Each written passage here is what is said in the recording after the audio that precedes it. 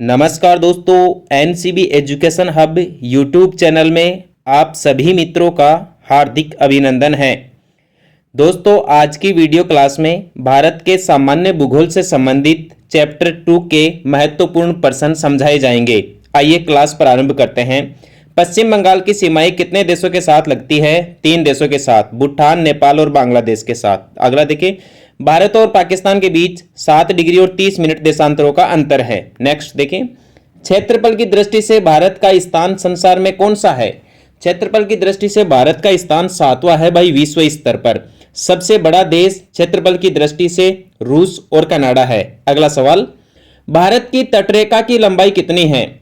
जो भारत की समुद्र तटीय लंबाई है वो 7516.5 किलोमीटर है, या लगभग 7517 किलोमीटर है भाई। बहुत ही अच्छा सवाल है।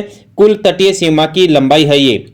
अगला सवाल देखें, भारत के दक्षिणी छोर का क्या नाम है? कन्याकुमारी।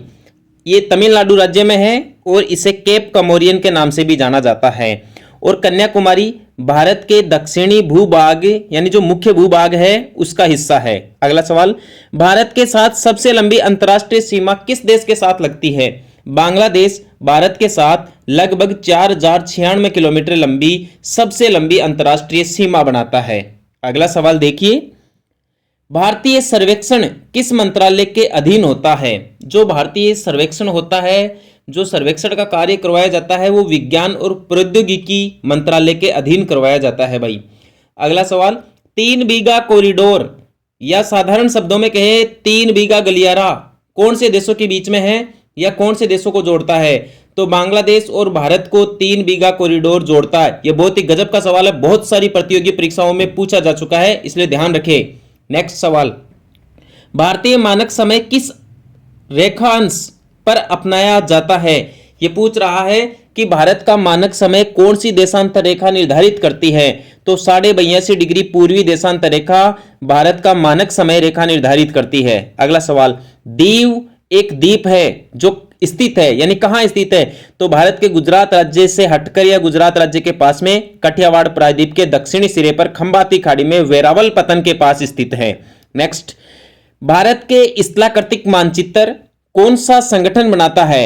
यानी भारत का जो स्ट्रक्चर का जो मानचित्र है, जो मैप का कार्य है, वह कौन सा संगठन करता है? तो भारतीय सर्वेक्षण विभाग के द्वारा यह कार्य किया जाता है। नेक्स्ट देखें, विश्व की सबसे ऊंची चोटियां किस प्रकार की पर्वतों में पाई जाती है? जो नवीन मोड़दार पर्वतमालाएं हैं या जो नवीन पर्वतमालाएं हैं, जैसे हिमालय जैसी पर्वतमालाएं, इसमें दुनिया की सबसे ऊंची पर्वतमालाएं पाई जाती है, जैसे माउंट एवरेस्ट हो गया, K2 हो गया, ऐसी पर्वत चोटियां, कंचनजंगा हो गई। अगला सवाल, यदि भारतीय मानक समय के अनुसार पूर्वाह के 10 बजे हैं तो 92 डिग्री पूर्वी देशांतर रेखा पर शिलांग का स्थानीय समय क्या होगा?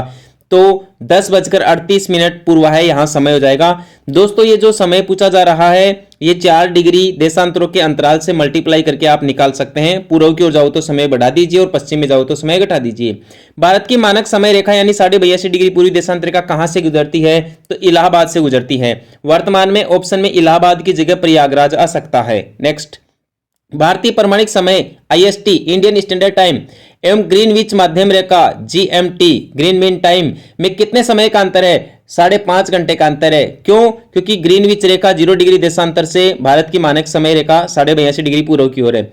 यदि अरुणाचल प्रदेश में सूर्योदय 5 बजे हुआ है तो गुजरात के कांडला बंदरगाह पे कितना होगा? तो 7 बजेगा, क्योंकि दोस्तों दोनों स्थानों में 2 घंटे का लगभग अंतर है। नेक्स्ट देखें, भारत का सुदूरस्थ दक्षिणी बिंदु, जो भारत का अपना सबसे लास्ट पॉइंट है दक्षिण में स्थित, उसका क्या नाम है? उसका नाम है इंदिरा पॉइंट, और ये भारत के अंडमान निकोबार द्वीप समूह के ग्रेट निकोबार में स्थित है। इस इंदिरा पॉइंट को पिग्मेलियन पॉइंट के नाम से भी जाना जाता है। अगला सवाल, असम, भूटान तथा बांग्लादेश की सीमाओं में लगा हुआ है। ये एक अच्छा सवाल है। ये सही बात है कि जो असम राज्य है वो भूटान तथा बांग्लादेश की सीमाओं से लगा हुआ है, दोनों के साथ सीमा बनाता है। नेक्स्ट देखिए, पश्चिम बंगाल राज्य भूटान तथा नेपाल की सीमाओं से लगा हुआ है। यह भी बिल्कुल सत्य बात है।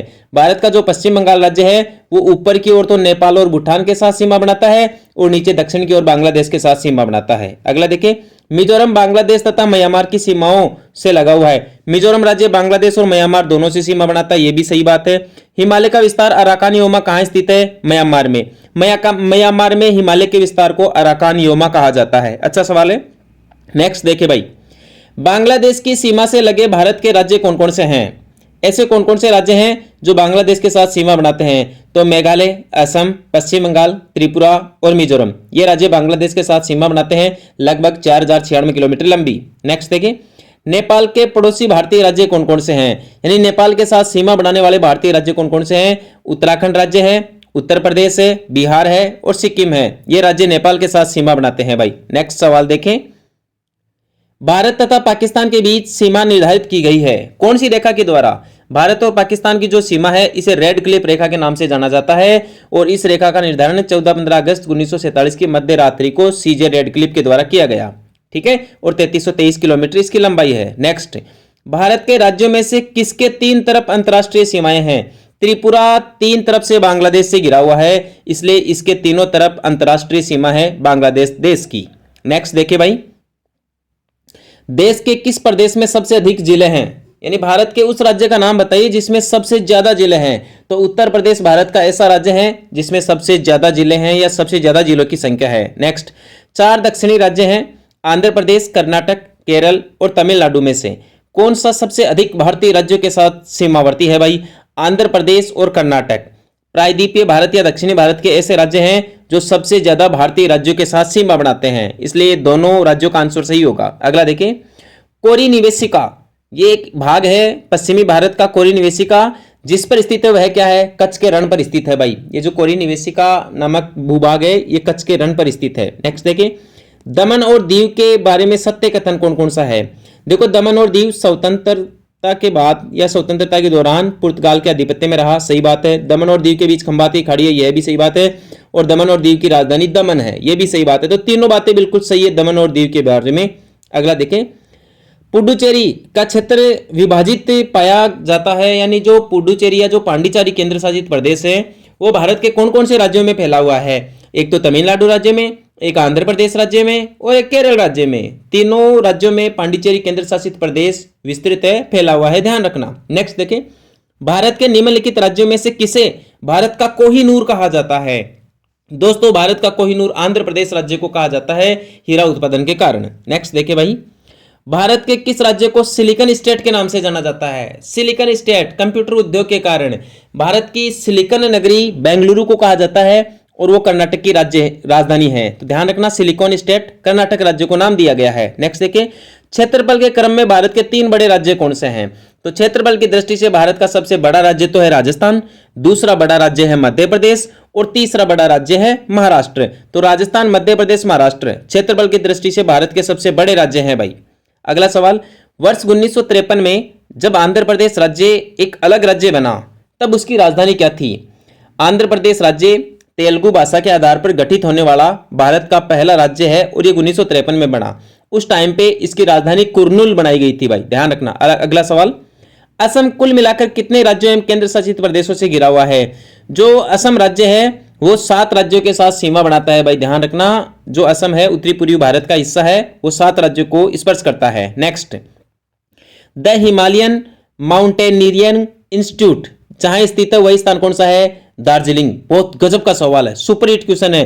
पश्चिम बंगाल राज्य में है ये दार्जिलिंग स्थान। तो द हिमालयन माउंटेनियरिंग इंस्टीट्यूट कहां स्थित है? दार्जिलिंग में। नेक्स्ट सवाल, मिजोरम में बस्ती संस्वरूप मुख्यतः कटकों के साथ साथ रेखिक प्रतिरूप का है, क्योंकि गाठिया कटकों की अपेक्षा ज्यादा ठंडी रहती है, इसलिए लोग वहां अपनी बस्तियां बसाना पसंद करते हैं। अगला सवाल देखें, भारत विश्व का 7वां बड़ा देश है। यह बिल्कुल सही बात है कि क्षेत्रफल की दृष्टि से भारत विश्व का 7वां बड़ा देश है। और अगली बात देखिए, यह स्थल मंडल के कुल क्षेत्रफल का लगभग 2.4% भाग अधिकृत किया हुआ है। यह बात भी सत्य है।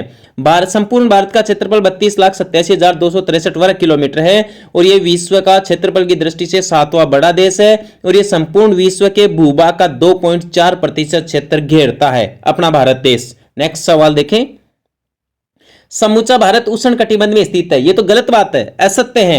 अपना जो प्रायद्वीपीय भारत है वह मुख्य रूप से उष्ण कटिबंध में स्थित है। जो अपना उत्तरी भारत है यह शीतोष्ण कटिबंध में स्थित है, क्योंकि कर्क रेखा भारत के बीचों बीच से गुजरती है और कर्क रेखा का ऊपर वाला भाग शीतोष्ण कटिबंध में और दक्षिण वाला भाग उष्ण कटिबंध में, इसलिए एक गलत बात है। अगला सवाल देखिए, 82.5 डिग्री पूरी देशांतर रेखा का उपयोग भारतीय मानक समय रेखा को निर्धारित करने के लिए किया जाता है। यह एकदम सही बात है, 100% सही बात है, जो इलाहाबाद के नैनी स्थान से गुजरती है।